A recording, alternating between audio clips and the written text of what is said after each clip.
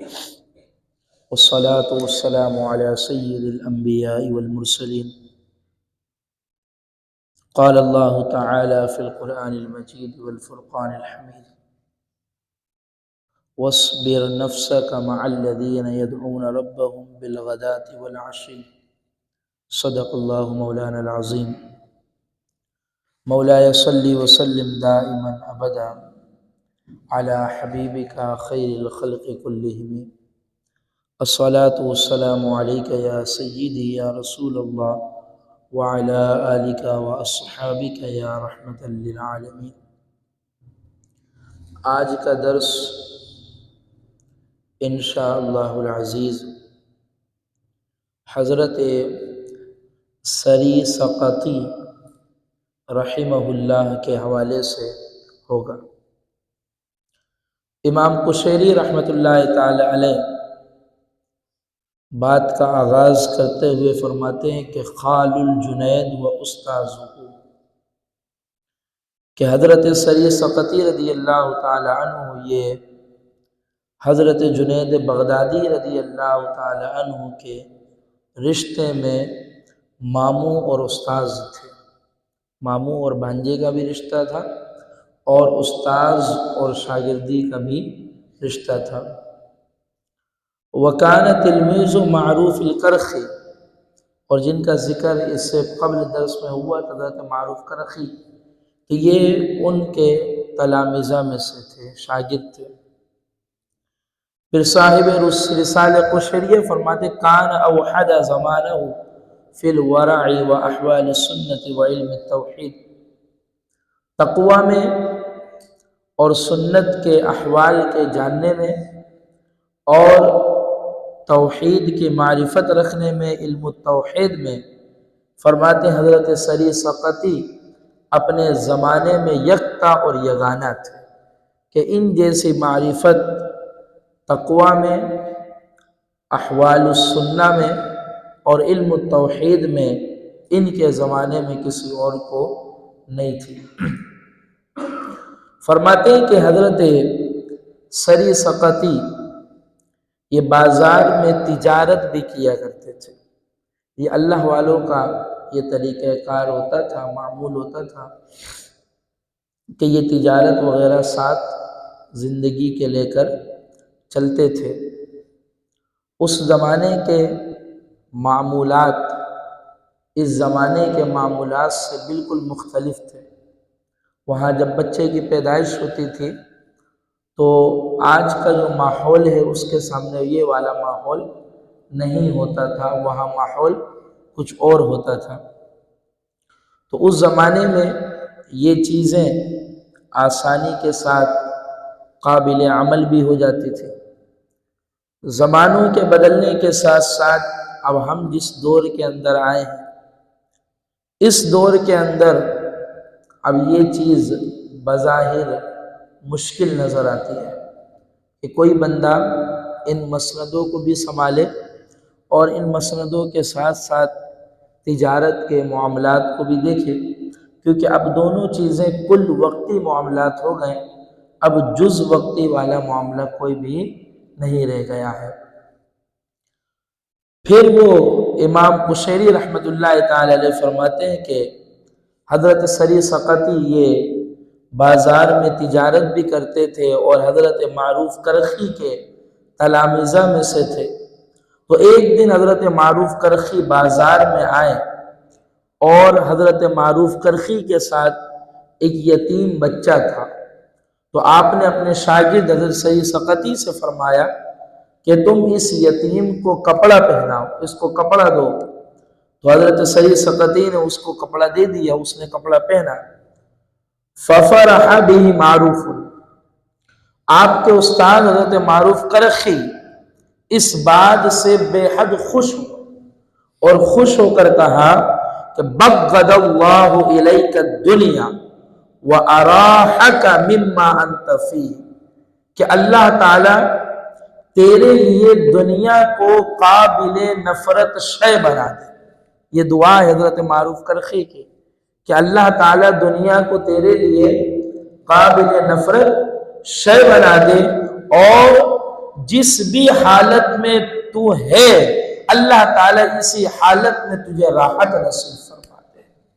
یہ بہت بڑی نعمت ہوتی ہے، بہت بڑی نعمت کہ انسان جس حالت میں ہے اس حالت میں راضی رہے، اس حالت کے اندر زبان پہ شکوہ نہ ہو۔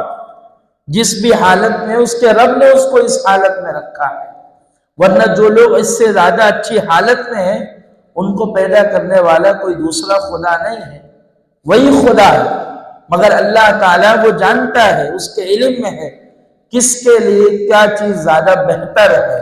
تو جس انسان کے لیے جو چیز زیادہ بہتر ہوتی ہے، جو احوال جس انسان کے لیے زیادہ بہتر ہوتے ہیں، اللہ تعالیٰ اپنے بندوں کو انہی احوال کے اندر رکھتا ہے۔ بس انسان خود بھی کوشش کرے کہ میں جس حالت میں ہوں بس اللہ تعالیٰ مجھے اس حالت میں راحت نصیب فرما دے، سکون نصیب فرما دے۔ پھر فرماتے کہ فَقُمْتُ مِنَ الْحَانُوتِ، کہ میں اپنی دکان سے اٹھا تو فرماتے میرے نزدیک دنیا سے زیادہ بڑھ کر ناپسندیدہ شے اب میرے نزدیک کوئی اور چیز نہیں تھی۔ حضرت معروف کرخی، ہم نے پچھلے درس میں پڑھا کہ حضرت معروف کرخی یہ مستجاب الدعوات بھی تھے، اللہ کے حضور دعا کرتے تھے، اللہ تعالیٰ فوراً ان کی دعا کو قبول بھی فرما دیتا تھا۔ تو یہاں انہوں نے ان کو یہی دعا دی کہ اللہ تعالیٰ تیرے لیے دنیا کو قابل نفرت بنا دے، اور تو جس حال میں ہے اللہ تعالیٰ تجھے اسی حالت میں راحت نصیب فرمائے۔ حضرت جنید بغدادی رضی اللہ تعالیٰ عنہ فرماتے ہیں کہ میں نے حضرت سری سقطی سے بڑھ کر پرہیزگار اور عبادت گزار کسی اور کو نہیں پایا ہے، ان سے بڑھ کر۔ فرماتے ہیں کہ کئی سال آپ نے اپنی زندگی کے گزارے، اور فرماتے سوائے مرض الموت کے کبھی بھی آپ کو پہلو کے پل آرام کرتے ہوئے نہیں دیکھا۔ کئی سال زندگی کے گزارے مگر پہلو کے بل آرام کرتے ہوئے نہیں دیکھا، جس طرح ہم لوگ بڑے آرام سے نرم و گداز بستر کی طرف چل پڑتے ہیں اور آرام کرتے ہیں، سکون اپنے جسم کو دیتے ہیں، اپنے نفس کو سکون دیتے ہیں۔ اللہ کے ولیوں کے ہاں ایک کانسیپٹ یہ بھی تھا کہ وہ جسم کے سکون کے تو قائل تھے، نفس کے سکون کے قائل نہیں تھے۔ جسم کو راحت پہنچانے کے تو قائل تھے، مگر نفس کو راحت پہنچانے کے قائل نہیں تھے۔ جو عمل نفس کی راحت کے لیے ہوتا اس عمل کو چھوڑ دیا کرتے تھے، جو عمل نفس کو تکلیف دینے کے لیے ہوتا ہمیشہ وہی عمل کیا کرتے تھے۔ تو آج ہمارے ساتھ یہ معاملہ ہے کہ ہم نے اپنے جسم کو نفس کے ساتھ جوڑ دیا ہے، تفریق نہیں کر پا رہے۔ جسم کی راحت کون سی ہے، نفس کی راحت کون سی ہے، ہمیں اس کی معرفت نہیں ہو پاتی۔ ہم جسم کا سہارا لے کر نفس کو راحت دے دیتے، ہم جسم کو سہارا بنا کر نفس کو راضی کر رہے ہوتے ہیں۔ بظاہر سامنے شیپ جسم کا ہوتا ہے اور اس شیپ کے پیچھے حقیقت میں نفس کھڑا ہوتا ہے۔ تو ہمیں اس کی سمجھ اپنے اندر پیدا کرنی ہوگی کہ ہمیں جسم کو تو آرام پہنچانا ہے، جو اس کا حق ہے وہ حق جسم کو دیا جائے، مگر نفس وہ کبھی بھی ہمارے حق میں نہیں ہے۔ وما ابرئ نفسی ان النفس لامارۃ بالسوء، یہ نفس امارہ جو ہے کہ ہمیشہ برائی کا حکم دے گا، بس یہ کبھی بھی ہمارے حق میں نہیں ہوگا۔ آپ اس کو راحت دیں گے وہ آپ کو تکلیف پہنچائے گا، آپ ہمیشہ اس کے مخالف کھڑے ہوں گے، آپ ہمیشہ اس کے مقابلے میں کھڑے ہوں گے، آپ ہمیشہ اس سے نبرد آزما ہوں گے، آپ ہمیشہ اس کے سامنے سفارہ ہو کر کھڑے ہوئے ہوں گے اور ہمیشہ اس کا مقابلہ کریں گے۔ جہاں اس کو آسانی مل گئی، جہاں اس کو راحت مل گئی، وہ آپ کو کسی جانب کا پھر رہنے نہیں دے گا، وہ آپ کو ذلیل کروائے گا، آپ کو رسوا کروائے گا، آپ کو اچھے اچھے باغات دکھائے گا، مگر ان باغات کی حقیقت کچھ بھی نہیں ہوگی۔ پھر فرماتے ہیں کہ حضرت سری سقطی رحمہ اللہ انہوں نے فرمایا کہ تصوف در حقیقت 3 معانی اور مطالب کا نام ہے کہ ان 3 معانی اور مطالب کو سمجھ لیا جائے تو تصوف کی یہی حقیقت ہے۔ فرمایا ایک تو یہ کہ وَهُوَ الَّذِي لَا يُطْفِئُ نُورُ مَعْرِفَتِهِ نُورَ وَرَعِهِ کہ وہ شخص جس کی معرفت کا نور اس کے تقوی کے نور کو نہ مٹا دے، جس کی معرفت کا نور اس کے تقوی کا نور۔ آج ہمارے یہاں صورتحال یہی ہے کہ بندہ دعویٰ کرتا ہے کہ مجھے معرفت ربانی نصیب ہو گئی ہے اور میرا مقام بلند ہو گیا، میرا رتبہ بلند ہو گیا، مجھے اللہ کی معرفت نصیب ہوئی، اور وہی معرفت اس کے تقوی میں آ کر رکاوٹ بن جاتی ہے۔ یہی معرفت اس کو نمازوں سے دور کر دیتی ہے۔ اگر تجھے اللہ کی معرفت نصیب ہوئی تو نمازوں کو قضا کیوں کر رہا ہے؟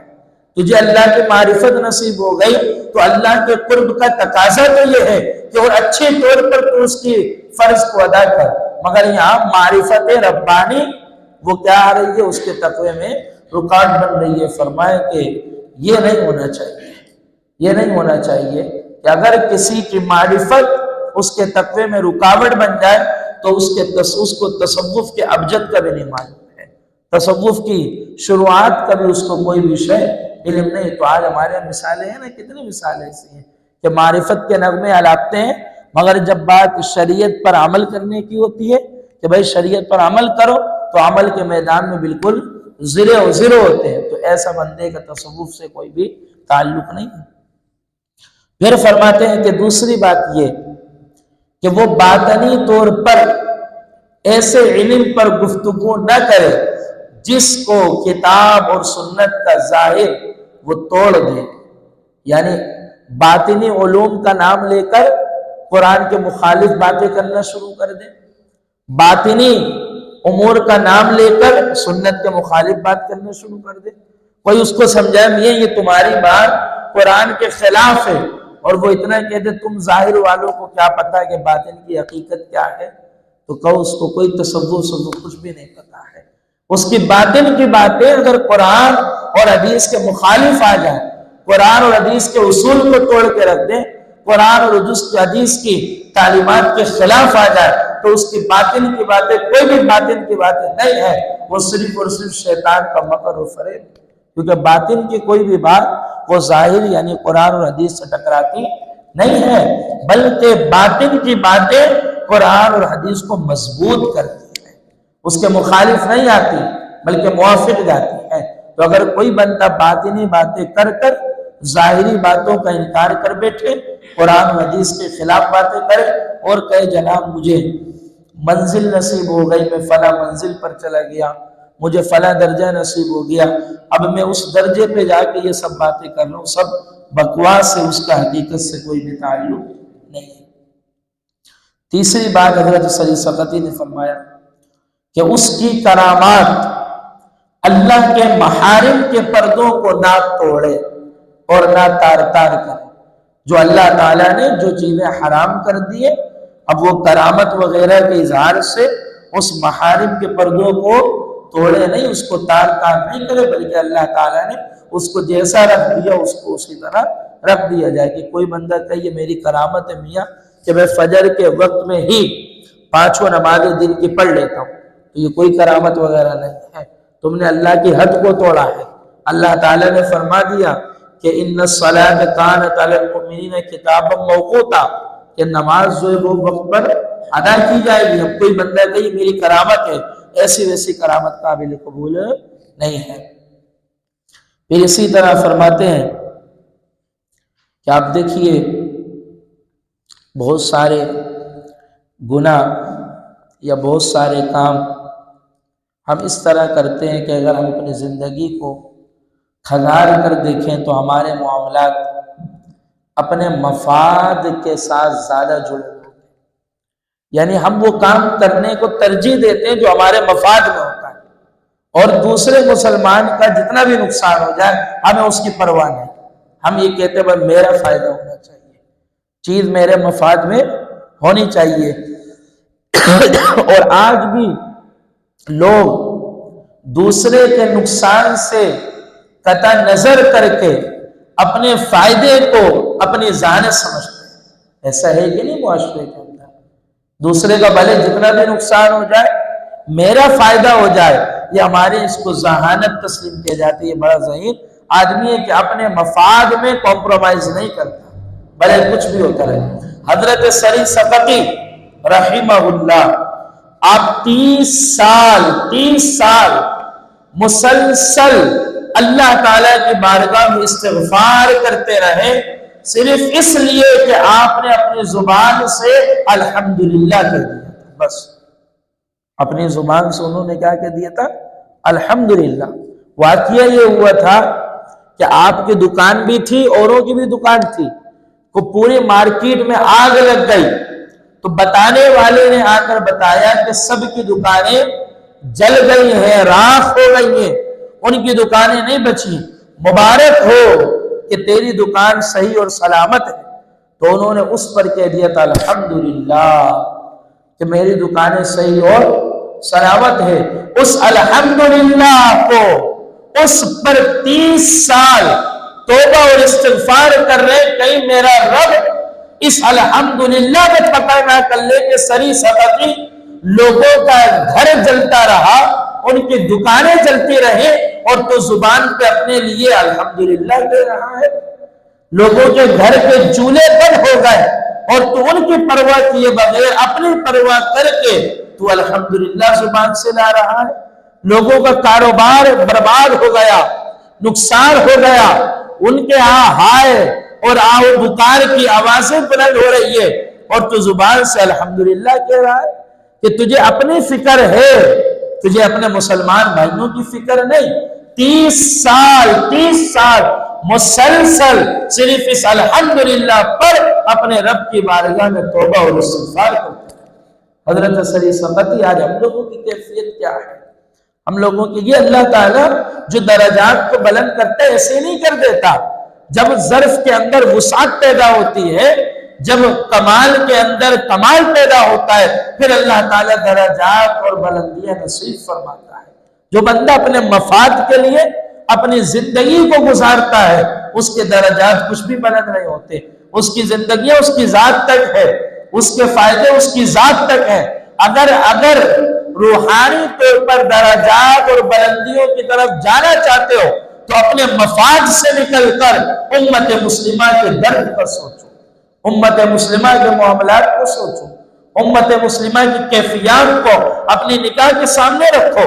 کہیں میری شکر اوروں کا نقصان کا باعث تو نہیں بن رہا، کہیں میری خوشی اوروں کے لیے نقصان کا باعث تو نہیں بن رہا، کہیں میرے چہرے پر تبسم اوروں کے رونے کا سبب تو نہیں بن رہا، کہیں میرے گھر کے تمام تعیش پرستی کسی کے گھر کے فاتح کا سبب تو نہیں بن رہا، کہیں میری زندگی کے تعیش پرستی کسی دوسرے کے جسم سے کپڑا چھیننے کا سبب تو نہیں بن رہا، کہیں میرا منہ میں ڈالا ہوا لقمہ کسی دوسرے کے منہ میں سے نکلا ہوا لقمہ تو نہیں بن رہا۔ جب تک انسان اس پہ غور نہیں کرتا اس وقت تک کوئی درجات نصیب نہیں ہوتے، کوئی منزلیں نصیب نہیں ہوتی۔ صرف اس بات پر کہ حضرت سری سقطی یہ خوف کھاتے رہے، یہ ڈرتے رہے کہیں اللہ تعالیٰ الحمدللہ پر پکڑ نہ کر لے میں، صرف اس بات پر کہ الحمدللہ پر پکڑ نہ کر رہے کہ سری سقطی لوگوں کی دکانیں جل گئی اور تو لوگوں کو چھوڑ کر الحمدللہ کہہ رہا ہے کہ بس اس لیے کہ تیری چیز بچ گئی۔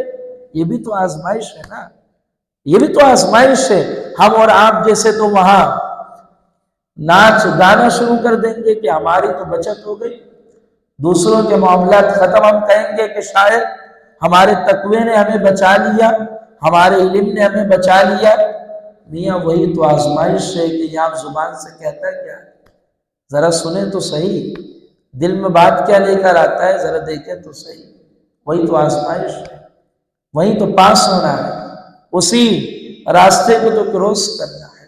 تو اس لیے ان چیزوں سے آپ سمجھیں کہ انسان کس قدر معاملات میں گرفتار ہوتا ہے۔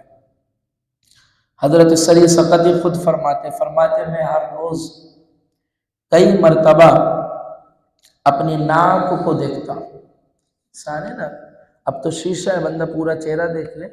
اس زمانے میں شیشہ وغیرہ کا اس طرح کا تصور نہیں ہوتا تھا، تو چہرے کا کوئی حصہ تو دکھ ہی نہیں سکتا. انسان آنکھوں کو قریب کر کے ناک کے حصے کو ہی دیکھ سکتا تھا. تو اس لیے فرمایا کہ دن میں آپ کئی مرتبہ اپنی ناک کو دیکھتے تھے. تو پوچھا گیا کہ معاملہ کیا ہے، کہ آپ اس طرح کیوں کرتے ہیں؟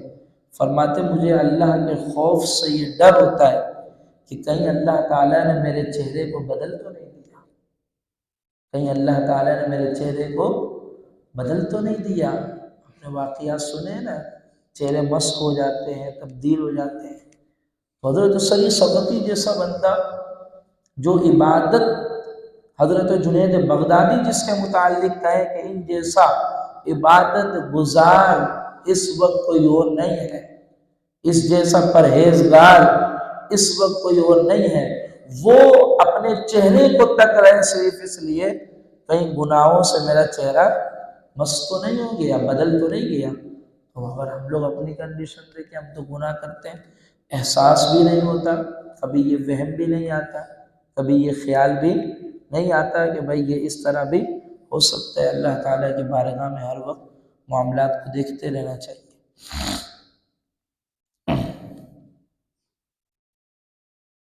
پھر فرماتے ہیں کہ حضرت سری سقطی رحمت اللہ تعالی علیہ وہ فرماتے ہیں کہ اشتہی ان اموت ببلدی غیر بغداد.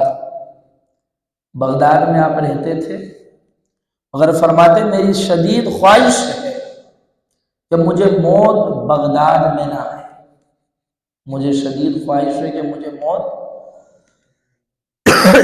بغداد میں. فقیل لہ ولم ذلک، لوگوں نے پوچھا کہ آپ یہ خواہش کیوں رکھتے ہیں کہ آپ کو موت بغداد میں نہ آئے؟ فرماتے ہیں کہ مجھے اس بات پر ڈر ہے کہ کہیں یہ زمین میرے جسم کو قبول کرنے سے انکار نہ کر دے. اور فرمایا پھر میری رسوائی ہوگی، ذلت ہوگی کہ اس زمین پر میں گناہ کر رہا ہوں، اس زمین پر میں اللہ کی نافرمانی کر رہا ہوں، اس زمین پر میں معصیت خداوندی کے ساتھ اپنی زندگی گزار رہا ہوں. کہیں ایسا نہ ہو کہ میرے جسم کو اس زمین میں ڈالا جائے تو زمین پلٹ کر جسم کو پھینک دے کہ مجھ پہ گناہ کرتا تھا، آج مجھ میں بسیرا جمانے آ گیا. تو حضرت سری سقطی فرماتے پھر تو میں رسوا ہو جاؤں گا، پھر تو میں ذلیل ہو جاؤں گا، اس لیے میری موت بغداد میں نہ آئے. آج ہمیں تو کوئی خوف ہی نہیں ہے، کوئی خطر ہی نہیں ہے. زمین، ہم تو یہ بھی شاید بھول چکے ہیں کہ زمین بھی ہر ایک کو نصیب نہیں ہوتی، زمین بھی کسی نصیب والوں کو نصیب ہوتی ہے، ورنہ کیسی موتیں آتی ہیں کہ زمین بھی نصیب نہیں ہوتی. اور اس بات سے بھی ڈرنا چاہیے کہ ہاں اللہ تعالیٰ ہمارے گناہ کو پردے میں رکھے. ہاں کوشش کرتے رہنا چاہیے، دعا کرتے رہنا چاہیے کہ گناہ بہت ہیں، اللہ تعالیٰ ہمارے گناہوں کو پردے میں رکھے، گناہوں کو ظاہر نہ فرمائے. ورنہ کتنے صورتحال ایسے قبر کھودی جاتی ہے تو قبر کھودنے کے بعد کہیں کوئی بچھو نکل آتا ہے، کوئی بھی مہلک چیز نکل آتی ہے جو ہلاک کر دینے والی ہے. کتنے ایسے واقعات ہوئے. پھر دوسری جگہ قبر کھودی گئی، وہاں بھی کوئی اسی طرح چیز نکل آئی، پھر قبر کھودی گئی، پھر وہاں بھی اسی جگہ. آخر کار لوگوں نے تنگ آ گئے، لوگوں نے تنگ آگے کہا اب کیا کریں، بس اس کے اندر ڈالو مٹی، ڈالو چل بس اب کیا کریں. کوئی آپشن تھوڑی ہے، کوئی اس کو بالکل اوپر لٹا کے تھوڑی رکھ سکتے، اس کو دفنانا تو اب جہاں دفنا رہے وہاں کچھ معاملہ ہو رہا ہے، جہاں دفنانے کے لیے قبر کھودی جا رہی ہے وہاں کچھ معاملہ ہو رہے ہیں. تو ہم لوگ کسی دوسرے کو نہیں مگر اپنے سینے میں خود، دل کی گہرائی میں خود جھانکیں اور دیکھیں کہ کیا ہمارے اعمال اس قابل ہیں کہ زمین ہمیں قبول کرے. کہیں ایسا نہ ہو کہ زمین قبول کرنے سے انکار کر دے، پھر کیا کریں گے. دنیا کے اندر بظاہر بڑے عالم، متقی، پرہیزگار، شیخ القرآن، شیخ الحدیث بن کے جیتے تھے، مگر گناہ تو ہمیں پتہ ہے نا ہم کیا کر رہے ہیں. لوگ تو ہمیں عزت کی نگاہ سے دیکھ رہے ہیں، عزت کی قدر سے دیکھ رہے ہیں، حقیقت حال تو ہمیں پتہ ہے کہ ترائی میں ہماری ترائییں کیسی ہے. خلوت نشینی میں ہماری خلوتیں کیسی ہے؟ جلوت میں تو ہم سے بڑا عالم فاضل کوئی نہیں، اور خلوت میں ہم سے بڑا خبیث کوئی نہیں۔ یہ کیفیات گناہوں کی، یہ لذت، گناہوں کی لذتوں میں بھرے پڑیں گے۔ لذت مل رہی گناہ کر کے، چھوڑنا چاہے نہیں چھوڑ پا رہے، پھر لذت مل رہی ہے، پھر کر رہے ہیں۔ اگر اس طرح مر گئے، کہیں ایسا نہ ہو کہ زمین قبول نہ کرے، پھر کیا کریں گے؟ اس لیے بہت زیادہ ہمیں احتیاط کرنے کی ضرورت ہے۔ اللہ تعالیٰ سے دعا کرتے رہنا چاہیے کہ اللہ تعالیٰ ہمارے لیے آسانی فرمائے۔ حضرت جنید بغدادی رضی اللہ تعالیٰ عنہ فرماتے کہ میں نے حضرت سری سقطی کو یہ دعا کرتے ہوئے سنا ہے، اور وہ دعا کیا کرتے تھے؟ وہ کہتے تھے کہ اے اللہ، جب تو مجھے کسی چیز کے ساتھ عذاب دے، اے اللہ، اللہم مہما عذبتنی بشیء، اے اللہ جب تو مجھے کسی چیز کے ساتھ عذاب دے تو میرے مولا پردہ دری کی ذلت کا عذاب نہ دینا۔ پردہ دری کی ذلت کا یعنی میرے پردے کو تال نہیں کرنا، بس تو جس بھی چیز سے مجھے عذاب دے، یہ عذاب نہیں دینا کہ میرے گناہ کے معاملات لوگوں پر کھل جائیں، بس تو نے پردے میں رکھا ہے، اس کو پردے کے اندر ہی رہنے دینا۔ تو یہ بڑا آزمائش کا لمحہ ہوتا ہے، بڑے مشکلات کے لمحات ہوتے ہیں۔ تو ہمیں اللہ تعالیٰ بھی ان بزرگوں کے جو ہم واقعات کو دیکھتے ہیں، پڑھتے ہیں، تو ہمیں سمجھنا چاہیے کہ ہم ان کی زندگیاں کس طرح تھی اور ہماری زندگیاں کس طرح کی ہے۔ وہ ان کی رات بھی بستر پہ کی بجائے مصلوں پہ گزرا کرتی تھی، دن بھی اللہ تعالیٰ کے حضور سجدوں میں بسر ہوتے تھے، اور پھر بھی خوف کا یہ عالم، تقوی کا یہ عالم، پرہیزگاری کا یہ عالم۔ آج ہمارے سنی بھائیوں کو یہ خوف، تقوی، ڈر وغیرہ سب کیا کر دیے؟ نکال دیے، اور بس کہہ دیا کہ ہم رسول اللہ کی جنت، رسول اللہ کی۔ تو ان سے بہتر کوئی جانتا تھا ان معاملات کو؟ یہ آج کیا ان سے بہتر جاننے والے آ گئے؟ نہیں نا۔ پھر یہ تو دھوکہ ہے، فریب ہے، مکر ہے، صرف دھوکہ ہے، بس صرف پیسوں کے لیے سارے معاملات کیے جا رہے ہیں، اور حقیقت کیا؟ وہ صرف چھپائی جا رہی ہے۔ بھئی اللہ کی طرف جوڑو، اللہ کی طرف۔ شیخ کا جو معاملہ ہوتا ہے نا، وہ معاملہ بھی یہی ہوتا ہے کہ ہم اپنے گناہوں کی وجہ سے حضور علیہ السلام سے براہ راست ہمارے جو معاملات ہیں وہ ہم نہیں کر پاتے۔ حضور کی بارگاہ سے کوئی کمی کاجی نہیں ہے، سارے پردے ہمارے گناہ کے ہیں، سارے پردے ہماری غلاظت کے ہیں، سارے پردے ہماری نجاست کے ہیں۔ تو وہ جو شیخ ہوتا ہے نا، وہ چونکہ کامل ہوتا ہے، تو اس کا تعلق براہ راست وہاں سے ہوتا ہے۔ تو ہم شیخ کے پاس جاتے ہیں کہ آپ کا تعلق ہے، آپ ہمارے تعلق کو وہاں جوڑ دو۔ تو شیخ کیا کرتا ہے؟ اپنے مرید کے گلے کا پٹا جو حضور کی نوکری کا ڈالا ہوا ہے، وہ شیخ اس پٹے کو لے جا کر صاحب گنبد خضرا کے پاس پہنچا دیتا ہے۔ یہ شیخ کا کام ہوتا ہے، مگر ہمارے یہ شیخ کا کام پٹا پکڑ کے اپنے پاس رکھ لیتے ہیں، آگے چونکہ ان کا خود بھی تعلق نہیں ہوتا تو تعلق پہنچا نہیں پاتے۔ بہرحال اللہ تعالیٰ اپنے حفظ و امان میں رکھے۔ لائٹ بند کر دیجئے۔